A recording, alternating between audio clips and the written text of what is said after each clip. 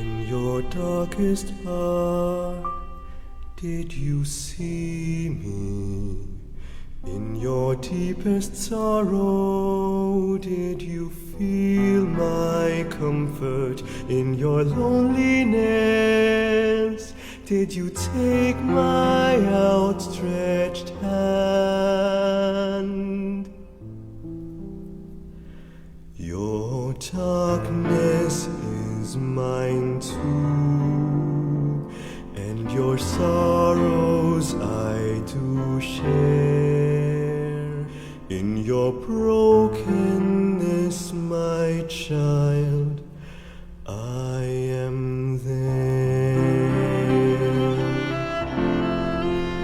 In your time of pain, I embraced you, soothed your wounded spirit, whispered words of courage, led you by the hand when you knew not where to go. For your darkness is mine too, and your sorrows I do share. In your brokenness, my child, I am there, and my hand shall never leave you. You are mine, my child. Cast your load upon me and rest your weary heart, as is now and will always be. I am there.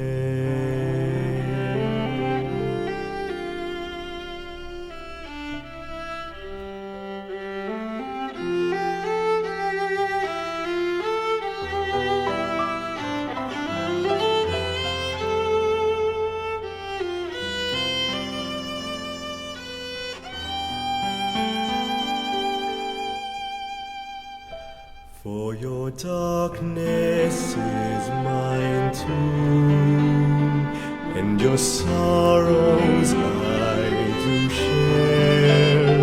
In your brokenness, my child, I am there, and my light shall never fail you. You are mine, my child.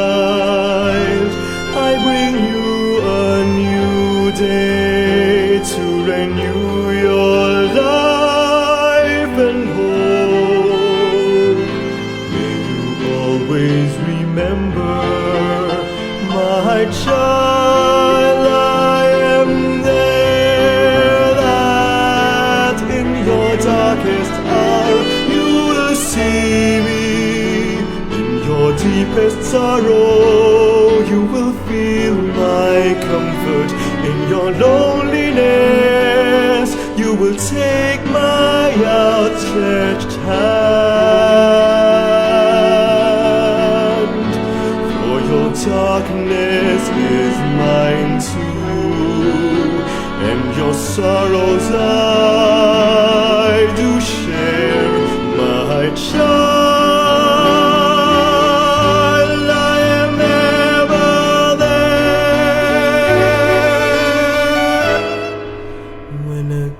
That hour comes, when again the night sets in, I am ever there, my child, and the dawn again I'll bring.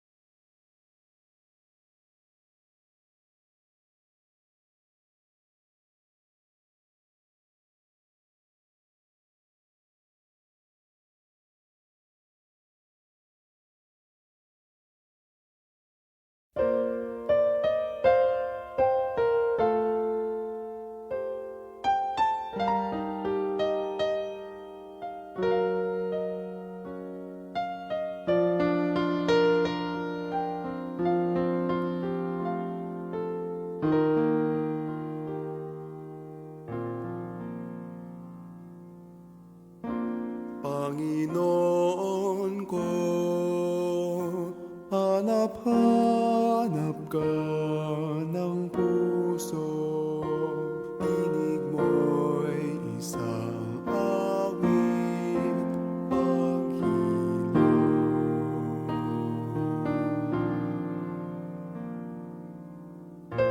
Panginoon ko, hanap-hanap ka ng puso, tinig mo'y isang awit, paghilo.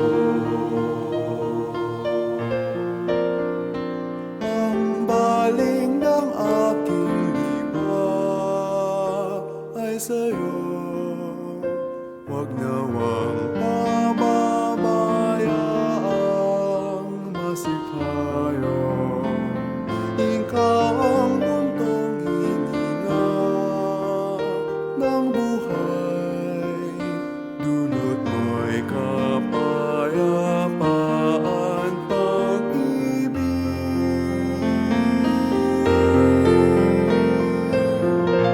Panginoon ko, hanap-hanap ka ng puso,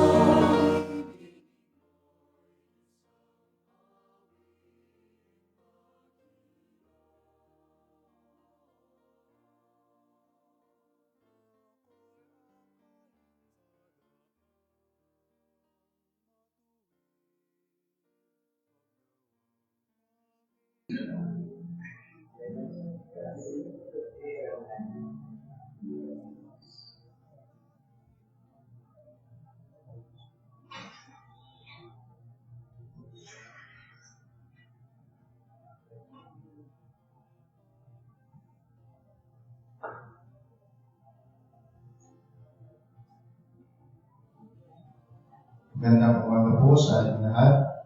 Sa pagdiriwang ng Banal na Eucharistia, isama natin sa ating mga panalangin ang espesyal intensyon ni Eleanor Pinto at para sa kanyang mga kasamahan sa opisina, para sa kaarawan ni Henry Roque, at sa espesyal na intensyon ni Josephina Rolastig at pamilya.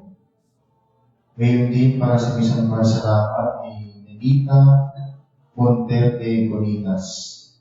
Ngayon din para sa maagang pagdating ni Adolfo Oconer, Bena Lumaki, Maria Nenel de Vega, Francisca del Mundo.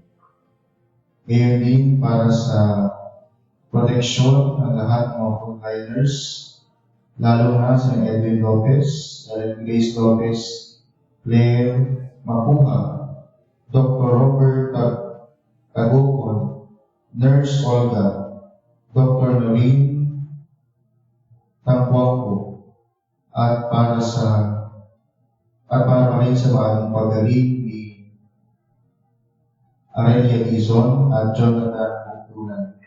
Ngayon din para sa kapayapaan ng kaluluwa ni Jose Clara, Lucia Reyes, Fidela Capistrano, Antonio Capistrano, Josie Alfonso, Jaime Capistrano, Antonio Monroy Sr., Lucy Rosuan, Petra Pavlik, Elsie Ciudad, Charlie Liva, Rufel Lihay, at Mark Roberes.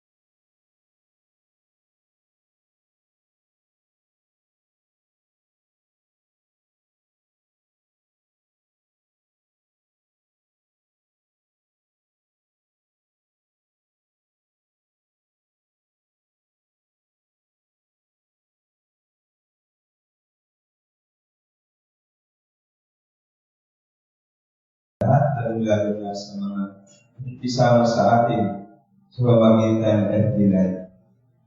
Ngayong araw na ito, ating ipinagdiriwang ang kalimang linggo sa panahon ng Kwaresma. Paglilibing at muling pagkabuhay ng Panginoong Jesucristo. Ito ay nakatuon sa buhay na dala ng kanyang pagpanaw, na sa gitna ng tulad si Lazarong namatay, ngunit muling binuhay ni Jesus.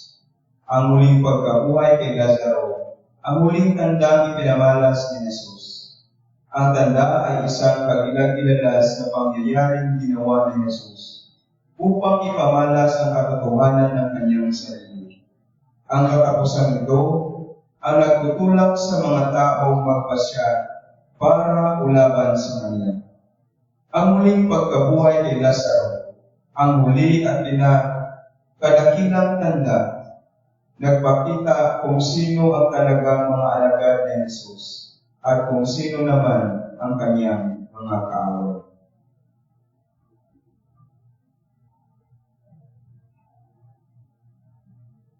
Tumayo po tayo na ang buhat na.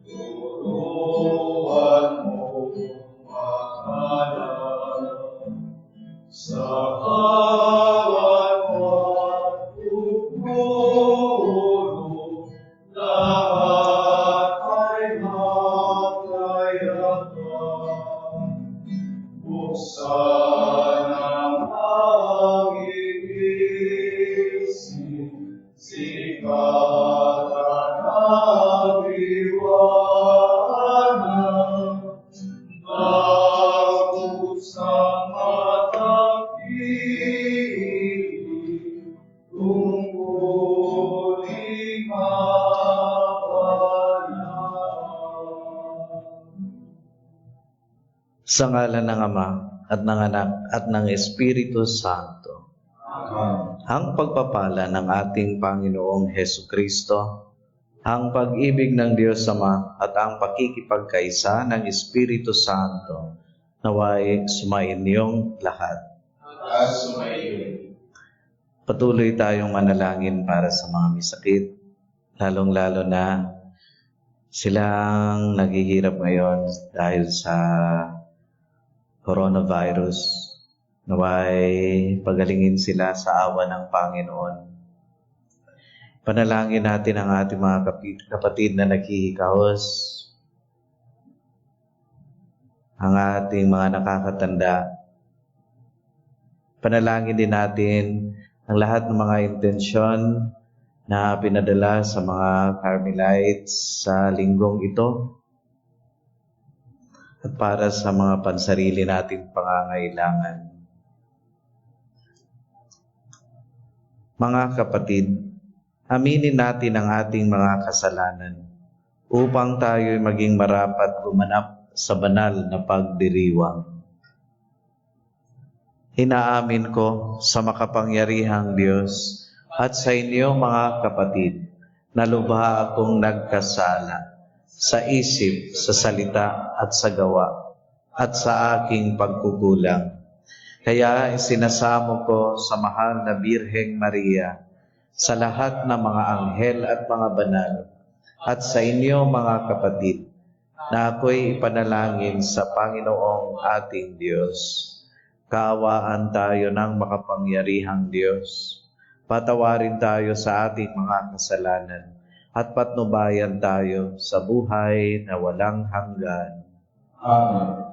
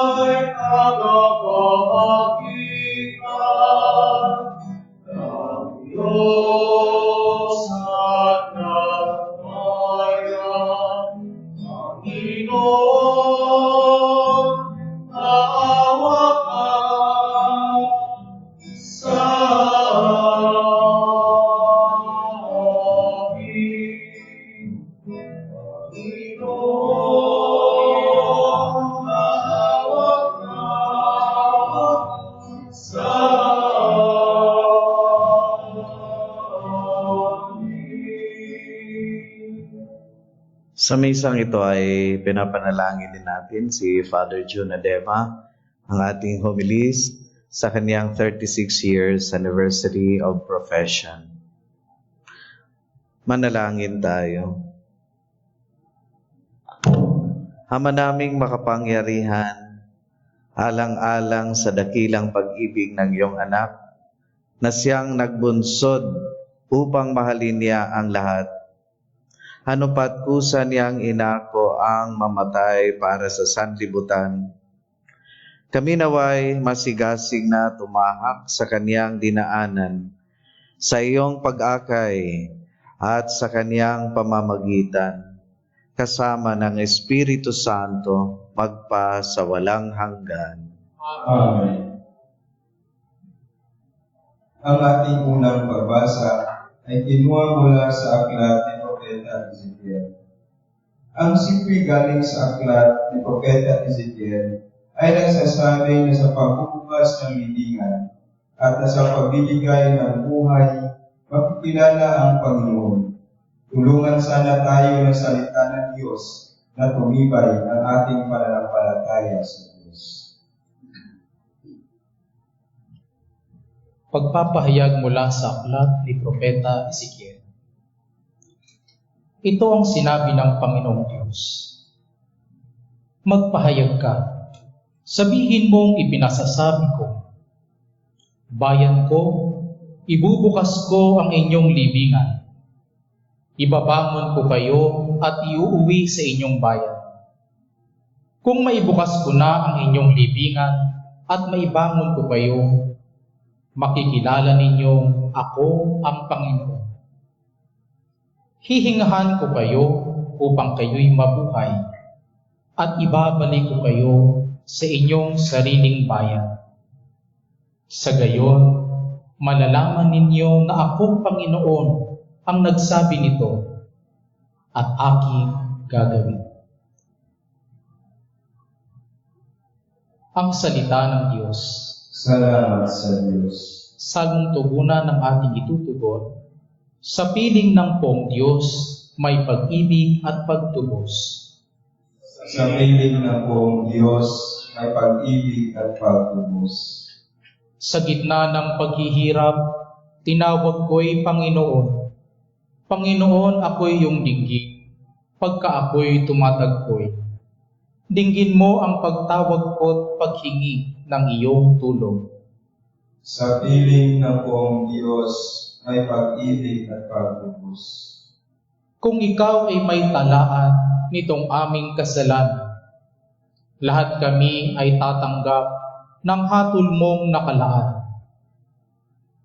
Ngunit iyong pinatawad, kasalanan ay nilimot. Pinatawad mo nga kami upang sa iyo ay matama.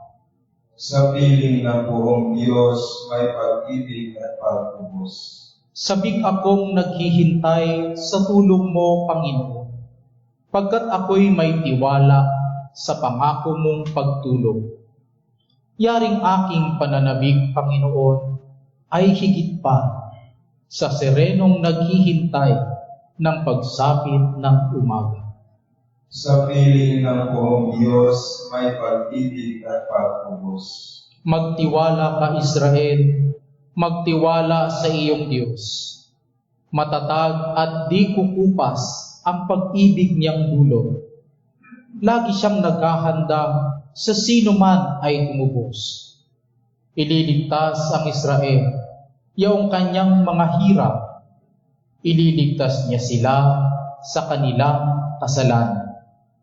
Sa piling ng buong Diyos, may pag-ibig at pagtubos.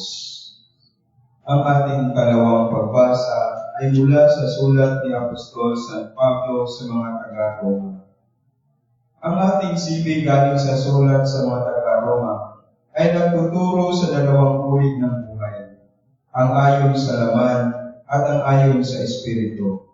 Ang Espiritu ng Diyos na siya muling bumuhay kay Jesucristo ang siya rin magbibigay sa atin ng buhay na walang hanggan. Pagpapahayag mula sa sulat ni Apostol San Pablo sa mga taga-Roma.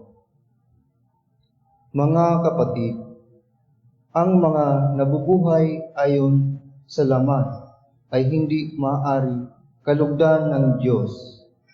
Ngunit hindi na kayo namumuhay ayon sa laman, kundi ayon sa Espiritu, kung talagang nananahan sa inyo ang Espiritu ng Diyos.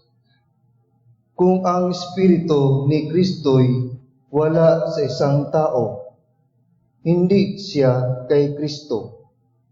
Ngunit kung nasa inyo si Kristo, bagamat patay na ang inyong mga katawan dahil sa kasalanan, buhay naman ang inyong espiritu dahil sa pinawalang sala na kayo.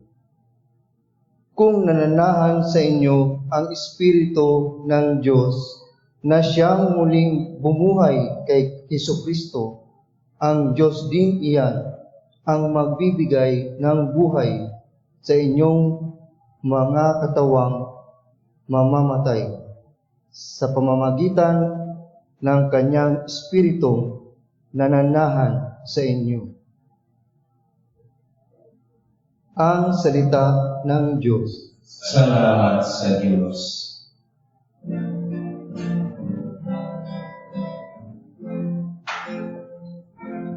Ikaw mo'y aking diringgin,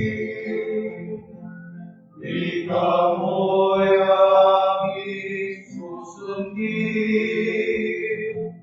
ikaw mo'y aking tutukin. Sumainyo ang Panginoon. At sumayon. Ang mabuting balita ng Panginoon ayon kay San Juan. Papuri sa iyo, Panginoon.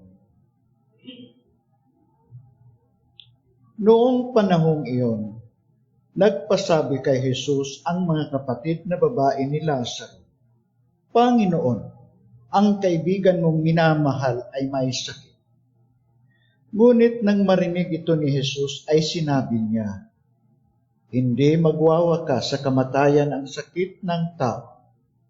Nangyari ito upang maparangalan ang Diyos at sa pamamagitan nito'y maparangalan ang anak ng Diyos. Mahal na Jesus ang magkapatid na Marta, Maria at Lazaro. Gayunman, pinaraan pa niya ang 2 araw matapos mabalita ang may sakit si Lazaro, bago sinabi sa kanyang mga alagad, magbalik tayo sa Judea. Pagdating ni Jesus, nalaman niyang 4 na araw nang nakalibing si Lazaro.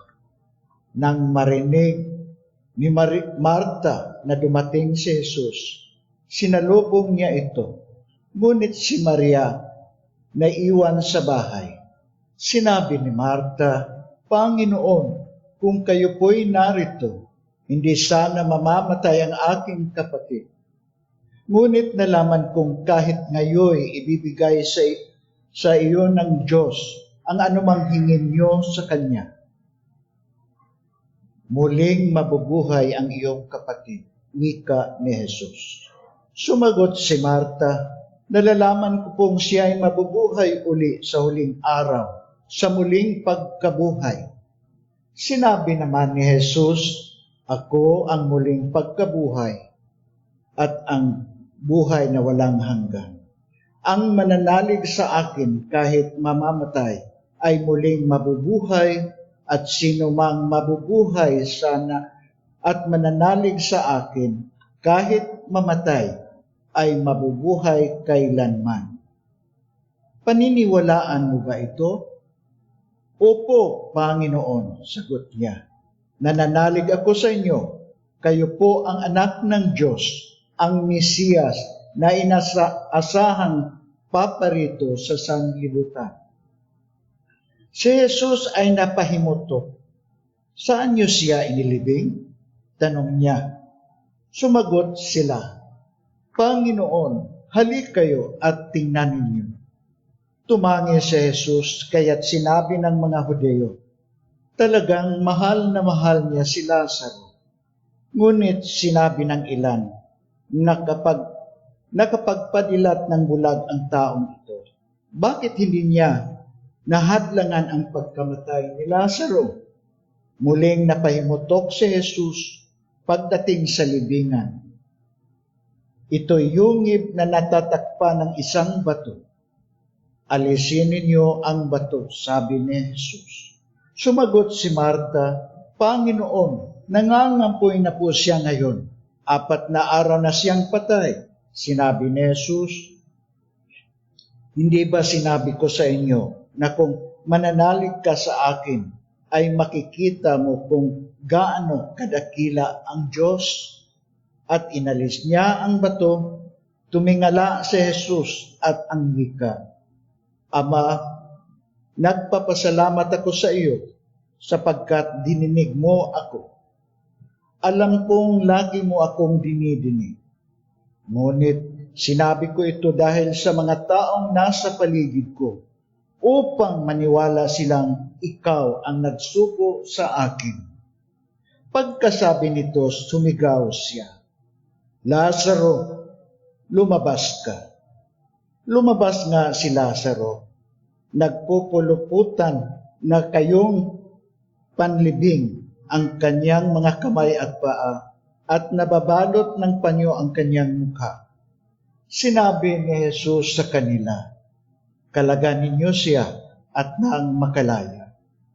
Marami sa mga Hudyong dumalaw kay Maria ang nakakita sa ginawa ni Jesus at nanalig sa kanya. Ang mabuting balita ng Panginoon. Pinupuri ka namin, Panginoong Hesus Kristo.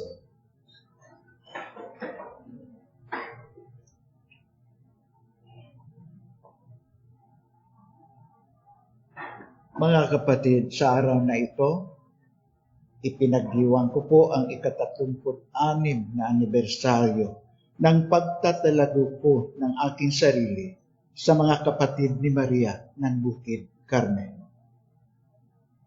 Hindi taunan ang aking pagdiriwang ng gaya nito sa pag-aalala ng isang mahalagang pangyayari sa 29 na araw ng Marso, na siyang araw ng aking pagtatalaga sa sarili na mamuhay bilang isang relihiyoso habang buhay. Sa totoo lang, dumadaan ang araw na ito na sinasarili ko ang pag-alala, hindi dahil sa ayaw kong ibahagi sa iba ang kahalagahan ng araw na ito. Kasi mas gustuhin ko pa na bubuhayin ang mga alaala na mag-isa at matamasa ang biyaya ng hubog ng bukasyon na handog ng Diyos Ama. Naganap ang pag-ala-ala na ito. 36 na taon na ang lumipas. At ang nasa isip ko noon na iyon na ang katuparan ng aking pangarap na ako'y makapaglingkod sa Ama sa pagsunod sa mga yapak ni Jesus ang tagapagligtas bilang isang Karmelita. Kung noon ang kalagayan ng ating bansa ay ang kahirapan at panunupil ng karapatan pantao ng diktador at naghaharing uri sa mga taong nagdaan na milenya hanggang sa kasalukuyan rehimen. Hanggang sa kasalukuyan, ngayon kinakaharap pa rin ng sambayanang Pilipino ang kaparihong pangyayari at katangian. Lalo na sa kasalukuyang rehimen, kung saan nadagdagan pa ang kahirapan ng mga tao at dagdag na pasakit dahil sa pagdagsa ng coronavirus sa ating baybay. Kung naghihirap ang mga tao noon, mas naghihirap pa at walang kasiguruhan ang pamumuhay sa hinaharap ngayon, lalo na nang ipinatutupad ang ipinaigting na kwarentenas ng pamayanan at nang inilagay ang bansa sa estado ng national emergency. Halong pangamba, pag-aalinlangan at takot kung ano ang maging kahinatnan ng lahat na ito. Ano ang naghihintay sa dulo nito para sa mga naghihikahos na sambayanan at sa nahahating bansa.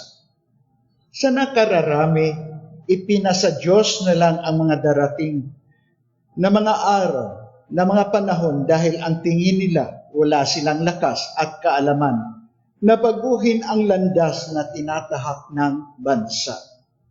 Talaga bang ang buhay ay nakararami ay ang maging sunod-sunuran na lang dahil sa takot? O kaya ilang mga mahihirap ay maging mapagsamantala sa kapwa mahihirap at magpapagamit sa mga sakim upang mabuhay? Ang pakikiisa at pakikipamuhay sa bayang inaapi at pinagsasamantalahan ay ang tulay upang maintindihan ko lalo kung ano ang ibig sabihin na salitang biyaya ng Ama ang buhay relihiyoso. Ang pinagdaanan ko o ang daan na tinahak ko upang marating ang kaganapan ng biyayang ito ay hindi madali at talagang napakahirap. Ito'y hindi madali at ito'y ay mahirap dahil ang tingin ko sa umpisa na ako lang ang magdidesisyon upang mapatagumpayan ko ang aking ninanais. Hindi pala. Dahil ang biyayang ito ay matanggap lang ng tao kung bukas ang sarili na makikipag-ugnayan at sumunod sa kagustuhan ng Ama.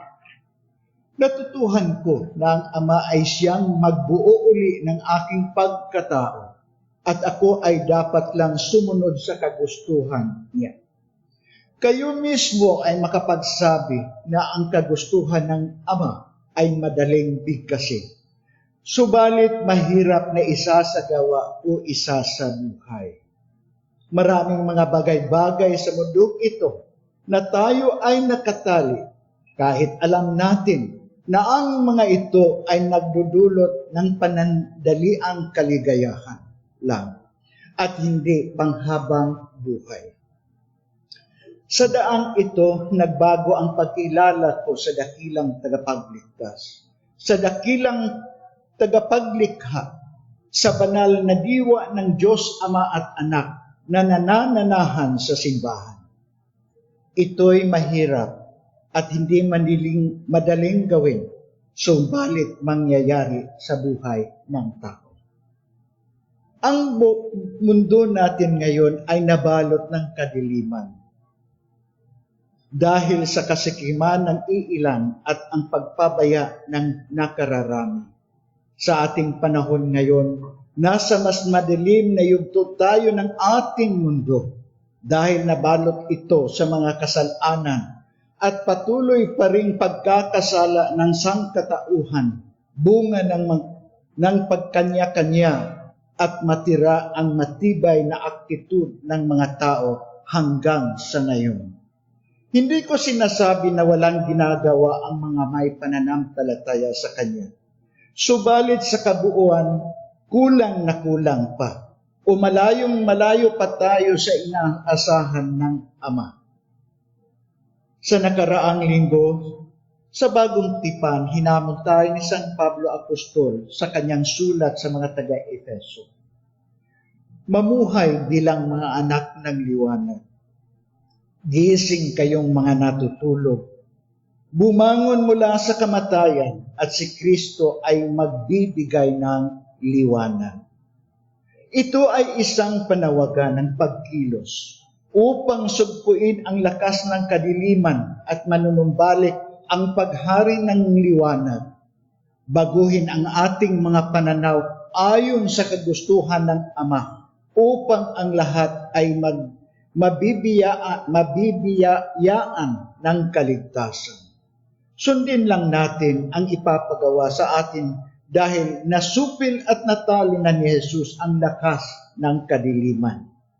Si Propeta Ezekiel ng lupang tipan ay nagparating sa sugo ni Yahweh. Bayan ko, ibubukas ko ang inyong libingan. Ibabangon ko kayo at iuuwi sa inyong bayan. Ang pagkalulong sa kasalanan ay para na ring nabaon ang tao sa madilim na libingan at sa mga taong may pananalig. Nangangailangan sila ng tagapagligtas upang mahaon sila sa kanilang kinalalagyan.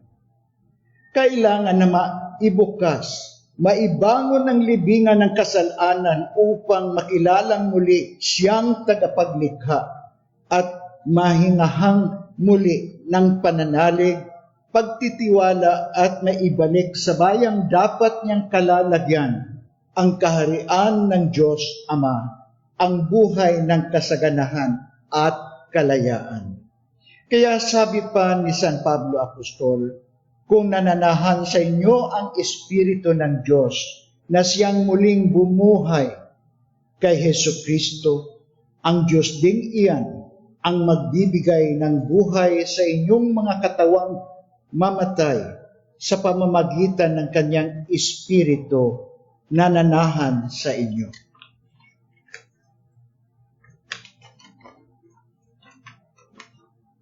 Ang Kwaresma ay numero lang yan. Ang mahalaga ay iyong pinag-aabalahan natin tungo sa pagbabago sa panahon ng Kwaresma.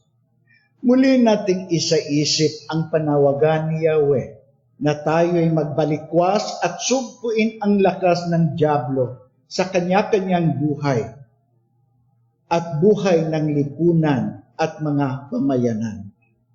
Iba-ibang hugis nagpamalas ang dyablo sa ating kapanahunan. Iba-iba man ang sinusundot na bahagi na ating pagkatao. Isa lang ang hinahamon sa atin. At iyon ay ang ating pananampalataya at pananalig sa Diyos. Ang pinag-isang lakas ng may pananampalataya sa Diyos ay ang susi tungo sa pagbabago ng lipunan at mawasak ang paghari-harian ng mga taong kumukuha ng lakas sa dyablo. Si Marta, na kapatid ng yumaong si Lazarus, ang mahal at kaibigan ni Jesus, ay nagsusumamo kay Jesus na ibigay muli ang buhay sa kanyang kapatid na puno ng pananampalataya at pananalig kay Jesus. Ang buong pananampalataya at walang kulang na pananalig ay dapat nating isabuhay sa panahon ng pag-aalinlangan, pagkakabalisa at pagdadalawang isip. huling bahagi ng Ebanghelyo, narinig natin si Jesus na nagsalita, "Lazarus, lumabas ka. Kalagan ninyo siya at nang makalaya." Ang mga salitang ito ni Jesus ay hindi lang upang mabuhay muli si Lazarus. Ito ay mga salita lalo na para kay Marta at sa ating lahat ngayon na nabalot sa takot na harapin ang katotohanan ng ating pagkatao na may pananalig sa Kanya. Na magtulong-tulong tayo na kalagan ang tanikala ng pagkaalipin, na nag-aalipin sa atin. Na ang mga salita ni Jesus ay magkatotoo sa ating mga buhay, na makalagan tayo ng takot at malaya tayong harapin ang mga hamon sa ating buhay at ng sambayanan. Mga kapatid, ako bilang isang nilikha na may lakas loob na nagtalaga sa sarili, ay humarap ng maraming hamon sa buhay, mula sa aking pagkabata hanggang sa kasalukuyan. Naging makasalanan ang aking buhay, noon hanggang ngayon, kung saan may mga sugat pang dapat tuluyan na hilumin. Ngayon, sa paglaganap ng coronavirus, ramdam ko na wala akong nagagawa upang maibsan ang mga takot at pagdadalamhati dulot nito. Parang nararamdaman kong ako'y nagkasala dahil wala akong nagagawa sa mga nangyayari ngayon. Ang nararamdaman kong ito ay bahagi pa rin na dapat maghilom sa aking buhay. Kaya ang Kwaresma para sa akin ay ang panahon upang masuring muli kung saan na ako sa aking mga pagsisikap na mabuong muli ang gintong bata na biyaya ng Ama. Amen.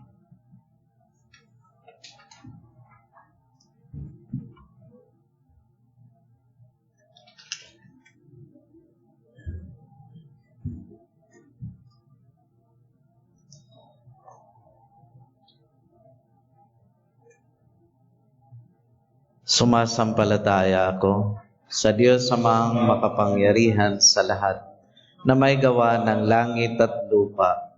Sumasampalataya ako kay Jesucristo, iisang anak ng Diyos, Panginoon nating lahat. Nagkatawang tao siya lalang ng Espiritu Santo. Ipinanganak ni Santa Maria ang Birhen. Pinagpakasakit ni Poncio Pilato. Ipinako sa krus na matay, inilibing. Nanaog sa kinaroroonan ng mga yumao. Nang may ikatlong araw na buhay na mag-uli. Umakyat sa langit, naluluklok sa kanan ng Diyos Amang makapangyarihan sa lahat. Doon magmumulang paririto at huhukom sa nangabubuhay at nangamatay na tao. Sumasampalataya naman ako sa Diyos Espiritu Santo, sa banal na simbahang Katolika, sa kasamahan ng mga banal, sa kapatawaran ng mga kasalanan, sa pagkabuhay na muli na nangamatay na tao, at sa buhay na walang hanggan. Amen. Idulog natin sa Poong May Kapal ang ating mga pangangailangan sa buhay, at lalo na ang ating paghahangad sa buhay na walang hanggan. Ating sambitin, Diyos na buhay, dinggin mo kami. Diyos na buhay, dinggin mo kami. Para sa mga namumuno sa bayang hinirang ng Diyos, upang magabayan nila ang kanilang kawan sa paghatak sa landas patungo sa buhay na walang hanggan, manalangin tayo sa Panginoon. Diyos ng buhay, dinggin mo kami. Para sa lahat ng mga Kristiyano, upang sa taong ito ng ekonomismo at pag-uusap sa pananampalataya, ay magtulungan silang maayos ang kanilang pagkakawatak-watak at mahanap ang mabubuklod sa pagkakaisang wagas, manalangin tayo sa Panginoon. Diyos na buhay, tingin mo kami. Para sa mga namumuno sa ating bansa, upang mapahalagahan nila ang buhay ng tao at maipagtanggol ito sa lahat ng panganib mula sa buhay ng sanggol, sa sinapupunan hanggang sa buhay na nanghihina na dahil sa katandaan, manalangin tayo sa Panginoon. Diyos na buhay, tingin mo kami. Para sa mga taong namimighati dahil sa pagpanaw ng kanilang mga mahal sa buhay, upang maaliw sila sa pag-asa sa buhay na walang hanggan dulot ng pagpanaw ni Jesus, manalangin tayo sa Panginoon. Diyos na buhay, tingin mo kami. Para sa ating lahat na nagkakatipon sa pagdiriwang na ito, upang mapahalagahan natin ang ating buhay ng lahat ng nakapaligid sa atin at magdala sa kanila ang pag-asang may higit na magandang buhay na nag-aabang sa lahat na sumasampalataya kay Kristo. Manalangin tayo sa Panginoon. Diyos na buhay, tingin mo kami. Tahimik nating idalangin ang ating mga sariling kahilingan at ang paggaling ng ating mundo.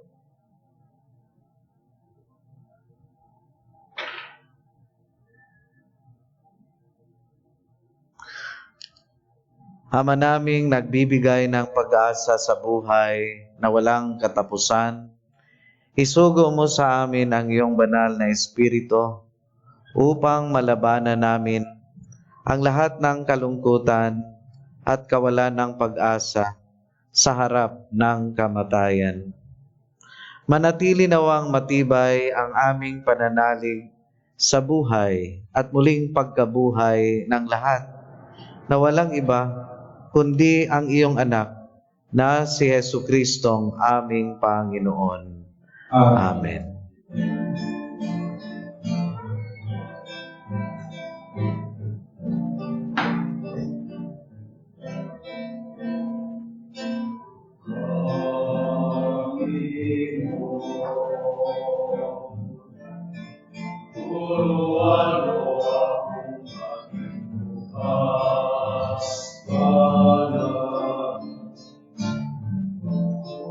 Turuan mo ako mag-ikot sa iyo na magbigay ng ayon sa nararapat. Kawalang iniintay mula sa iyo na gawin ang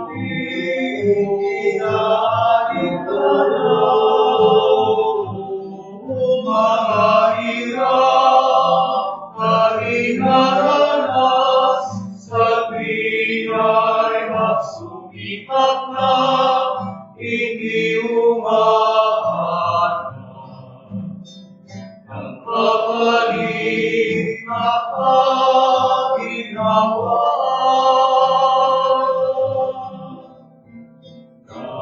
Hindi ang aking kapatid, ang aking kapatid, doon siya sinusundan.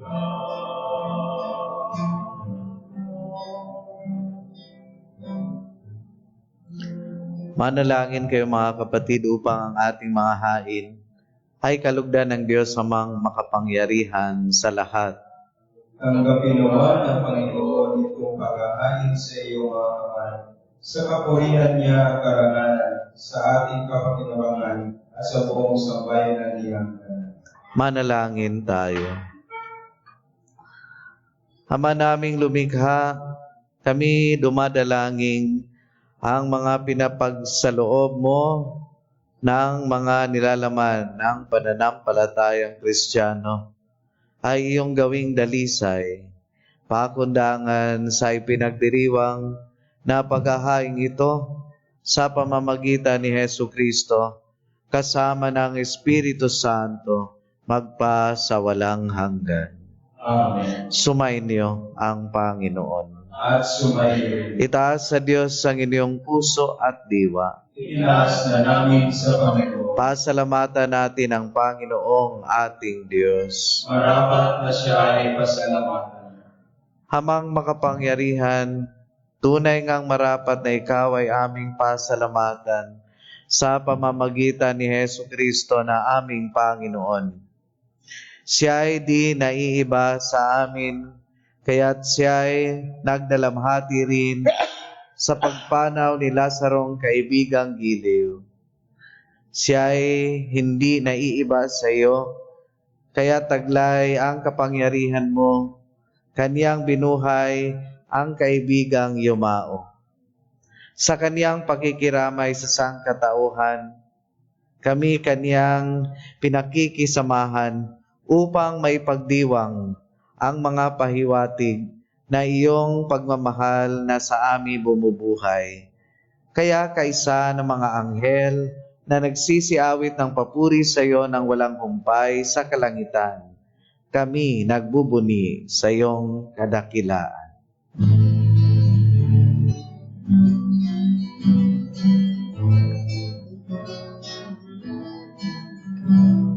Santo, Santo, Santo, Panginoon Diyos, Napupuno ang langit at lupa ng kadakilaan mo.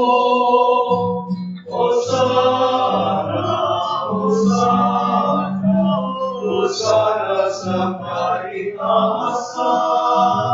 Hosana, Hosana, Hosana sa kaitaasan. Pinapalang ang paririko sa ngalan ng Panginoon. Hosana, Hosana, Hosana sa kaitaasan. Hosana, Hosana, Hosana sa kaitaasan. Ama naming banal, ikaw ang bukal ng tanang kabanalan. Kaya't sa pamamagitan ng iyong Espiritu, gawin mong banal ang mga kaloob na ito upang para sa amin maging katawan at dugo ng aming Panginoong Hesu Kristo. Bago niya pinagtiis ang kusang loob na maging handog, hinawakan niya ang tinapay. Pinasalamatan kaniya, pinaghati-hati niya iyon, iniabot sa kaniyang mga alagad at nagwika, "Tanggapin ninyong lahat ito at kanin. Ito ang aking katawan na ihahandog para sa inyo."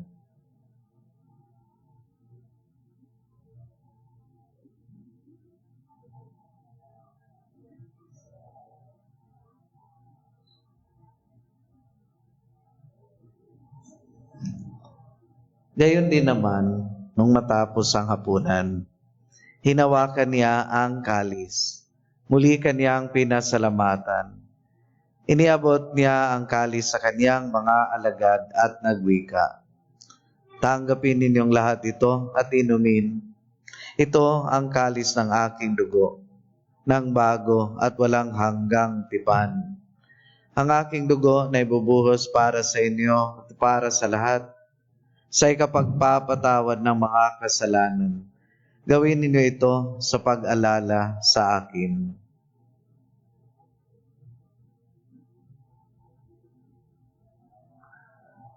Ang misteryo ng pananampalataya. Sa krus mo at pagkabuhay, kami natubos mong tunay. O Jesus, aming mahal, iligtas mo kami kanan.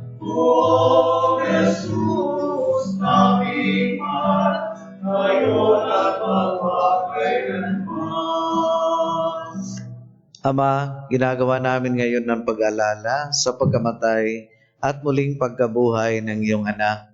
Kaya't iniaalay namin sa iyo ang tinapay na nagbibigay buhay at ang kalis na nagkakaloob ng kaligtasan. Kami nagpapasalamat dahil kami iyong minarapat na tumayo sa harap mo para maglingkod sa iyo.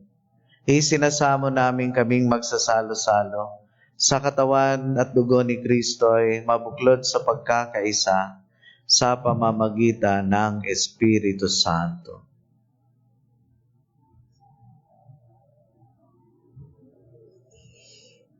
Ama, lingapin mo ang iyong simbahang laganap sa buong daigdig. Puspusin mo kami sa pag-ibig kaisa ni Francisco na aming Papa at ni Onesto na aming Obispo at ng Tanang Kaparian. Alalahanin mo rin ang mga kapatid naming na himlay na may pag-asang sila'y muling mabubuhay, gayon din ang lahat ng mga pumanaw, kaawaan mo sila at patuloyin sa iyong kaliwanagan. Kaawaan mo at pangindapatin kaming lahat na magkasalo sa iyong buhay na walang wakas.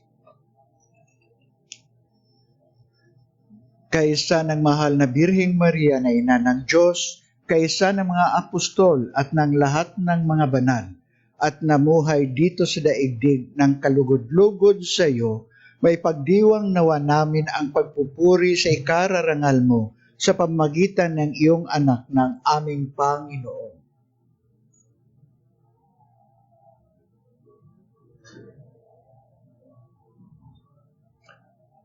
Sa pamamagitan ni Kristo, kasama niya at sa Kanya, ang lahat ng parangal at papuri ay sa iyo, Diyos Amang makapangyarihan, kasama ng Espiritu Santo, magpa sa walang hanggan.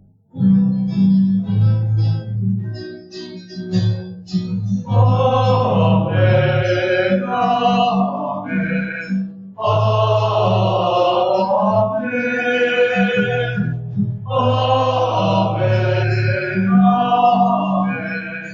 Amen.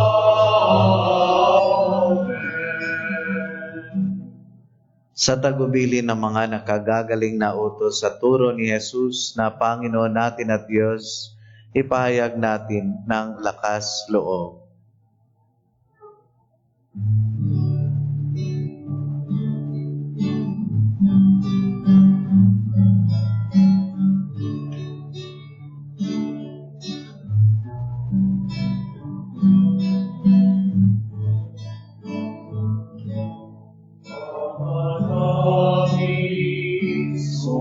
Sumasalangit ka, sambahin ang ngalan mo.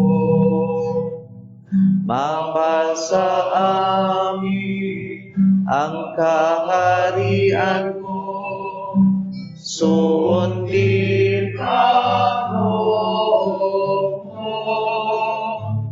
Ito sa lupa para sa langit, bigyan mo po kami ngayon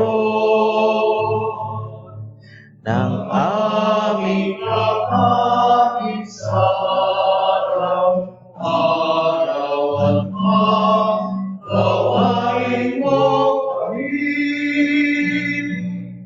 sa aming mga sala para ng pagpapatawad namin sa nagkakasala sa amin, at huwag mo kaming ipaintulot sa gusto,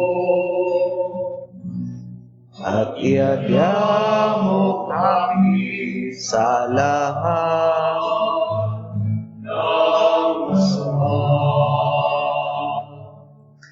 Hinihiling namin kami iadya sa lahat ng masama, pagkalooban ng kapayapaan araw-araw, iligtas sa kasalanan at ilayo sa lahat ng kapahamakan, samantalang aming pinananabikan ang dakilang araw ng pagpapahayag ng tagapagligtas naming si Hesu Kristo. Sapagkat iyo ang kaharian at ang kapangyarihan at ang kapurihan magpakailanman. Amen. Panginoong Hesu Kristo, sinabi mo sa iyong mga apostol, kapayapaan ang iniiwan ko sa inyo. Ang aking kapayapaan ang binibigay ko sa inyo. Tunghayan mo ang aming pananampalataya at huwag ang aming mga pagkakasala. Pagkalooban mo kami ng kapayapaan at pagkakaisa ayon sa iyong kalooban, kasama ng Espiritu Santo, magpa sa walang hanggan. Amen. Ang kapayapaan ng Panginoon ay laging sumainyo. At sumainyo rin. Magbigayan tayo ng kapayapaan sa isa't isa.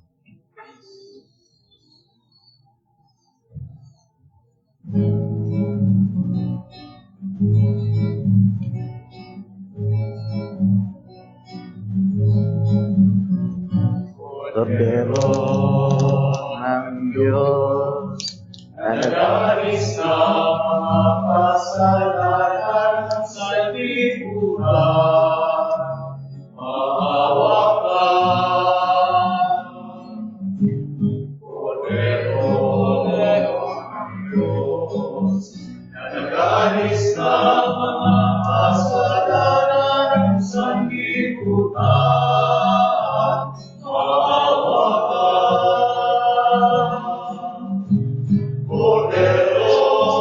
Anak ng Diyos, sa kalooban ng Ama kasama ng Espiritu Santo, pinauhay mo sa iyong pagkamatay ang sanlibutan. Pakundangan sa iyong banal na katawan at iadya mo ako sa tanang aking kasalanan at lahat ng masama. Gawin mo ako ay magkasunod lagi sa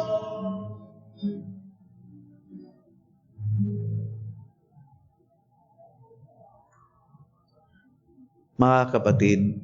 Ito ang kordero ng Diyos. Siya ang nag-aalis ng mga kasalanan ng sanlibutan. Mapalad ang mga inanyayahan sa kaniyang piging. Panginoon, hindi ako karapat-dapat na magpatuloy sa iyo, ngunit sa isang salita mo lamang ay gagaling na ako. Pagsanggalang nawa tayo ng katawan at dugo ni Kristo para sa buhay na walang hanggan. Amen.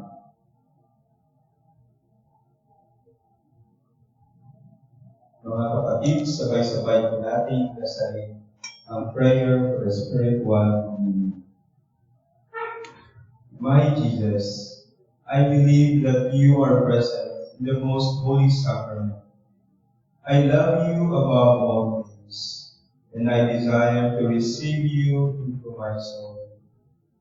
Since I cannot at this moment receive you sacramentally, come at least spiritually into my heart. I embrace you as if you were already there, and unite myself.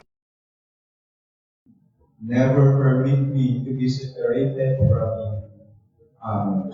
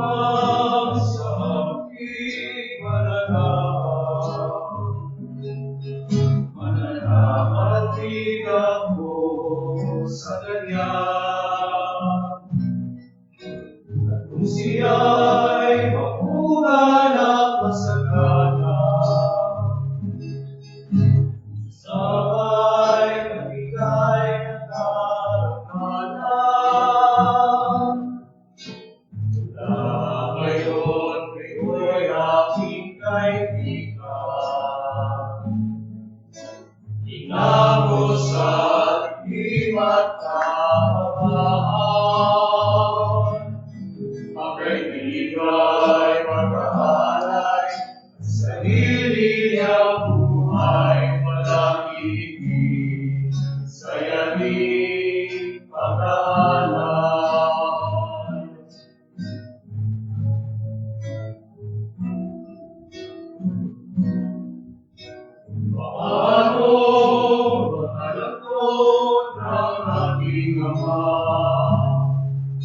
sa inyo'y aking ipinadarama. Sa pag-ibig ko, kayo sana ay manahan.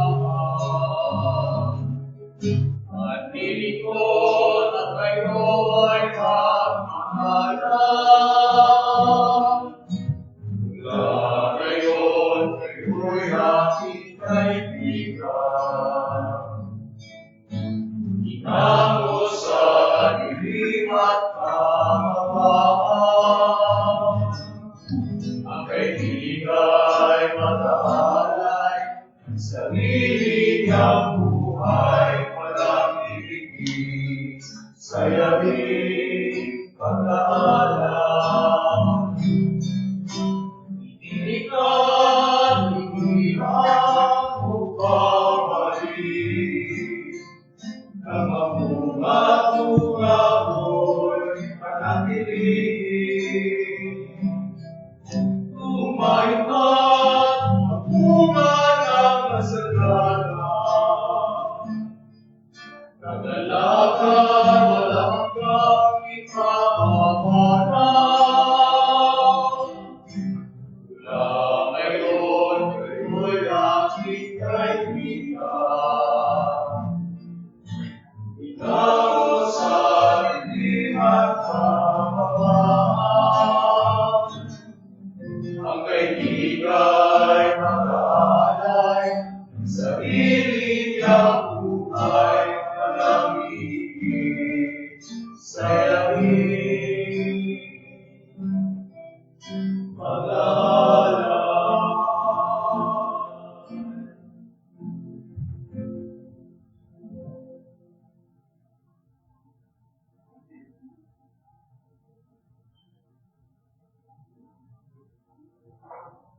Orasyo Endarata, panalangin laban sa COVID-19. Ama naming mapagmahal, lumalapit kami sa iyo sa aming pangangailangan, upang hilingin kami ay ipagkagya mo sa sakit na dulot ng COVID-19, na pumitil sa maraming buhay at patuloy na kumakalat sa iba't ibang bayan at bansa. Hinihiling namin ang iyong biyaya sa lahat ng mga nag-aaral ng puri at pinagmulan ng salot na ito. Patnubayan mo ang lahat ng dalubhasa sa medisina na tumutulong sa mga may sakit, upang sila ay mapuno ng matibay na pagmamalasakit at pagdamay. Ipinapanalangin namin ang mga pamahalaan na naghahanap ng lunas at kagalingan para sa mga pinahihirapan ng sakit dulot ng salot na ito. Ipinagkakatiwala namin sa iyo ang lahat ng nagdurusa dahil sa sakit na ito. Pagalingin mo sila at bigyan ng mabuting kalusugan. Pukawin mo ang aming kalooban upang maging handa kaming tulungan ang mga may sakit at nangangailangan. Hinihiling namin ito sa pamamagitan ni Jesucristong anak mo, na nabubuhay at naghahari kasama mo at ng Espiritu Santo, Diyos magpasawalang hanggan. Amen. Maria, mapag-ampon sa mga Kristiyano, Manalangin mo kami. San Rafael Arcangel, Manalangin mo kami. San Roque, Manalangin mo kami. San Lorenzo Ruiz, Manalangin mo kami. San Pedro Calungsod. Manalangin mo kami. Panalangin sa kanonisasyon ni Titus Bransman. Ama, bukal ng kagandahang loob, si Titus Bransman ay iyong abang lingkod, ay nagpunyagi para sa kaganapan ng iyong paghahari at inalay ang kanyang pagtitiis at sakit ng pusang loob, bunga ng malalim na pananalig sa pagmamahal mo. Sa iyong awa at pagkalinga, ako ay lumudulog sa pamamagitan ng panalangin ni Titus Bransman. Jesus, sa wangis ng iyong magandang kalooban, ipinabayani ni Titus ang pagmamalasakit at pagkalinga sa lahat ng mga taong humingi ng kanyang paglihap lalo na ang mga inaapi at tuka. Dumudulog ako sa iyo, dala ang mga sumusunod na pahilingan sa pamamagitan ng panalangin ni Titus Francis.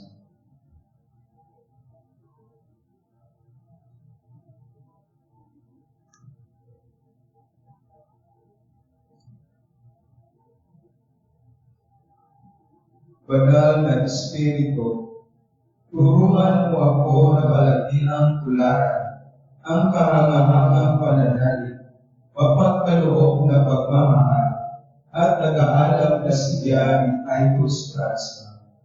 Parilangin mo, O Panginoon, ang iyong lingkod, dahil ang kanyang buhay ay hihul sa pagpapadama ng iyong pagmamahal dito sa mundo.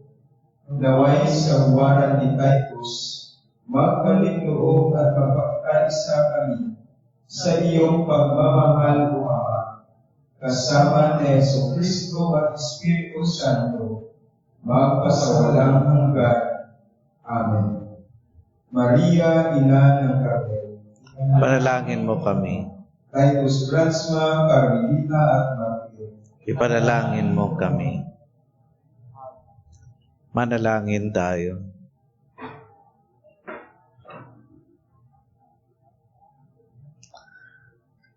Ama naming mapagmahal, kaming nakikinabang sa katawan at dugo ng iyong anak ay mapabilang nawang lagi sa mga kaanib niya na namamagitan kasama ng Espiritu Santo magpa sa walang hanggan.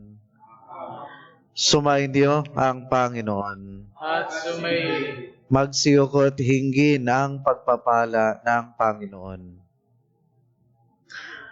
Ama naming mapagpala, pagpalain mo ng katuparan ang inaasahan ng iyong sambayanang mula sa iyong pagmamahal. Makamtanawa ang iyong katugunan sa iyong ibinunsod na idalangin at ang tinanggap na sagot mo ay utang na loob nawang tanawin sa pamamagitan ni Jesucristo kasama ng Espiritu Santo magpa sa walang hanggan. At pagpalain kayo ng makapangyarihang Diyos sa ngalan ng Ama, Anak, at Espiritu Santo. Amen. Humayo kayo sa kapayapaan upang mahalin at paglingkuran ang Panginoon. Salamat sa Diyos.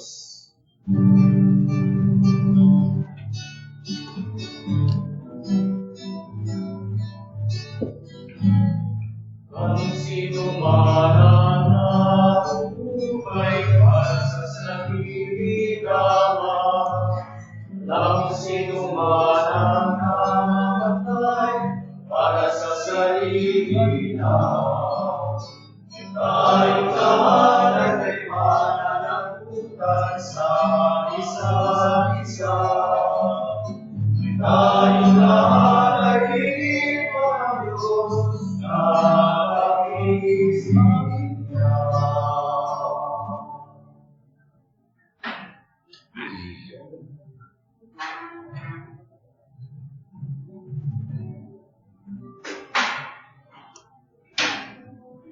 Muli kami ay nagpapasalamat sa sumaybaybay at sumama sa amin sa pagdiriwang ng banal na misa ito. Masusunod na linggo ay muli kayo namin inaanyahan para sa pagdiriwang ng pagpasok ng ating Panginoong Jesucristo sa Jerusalem sa Domingo de Ramos.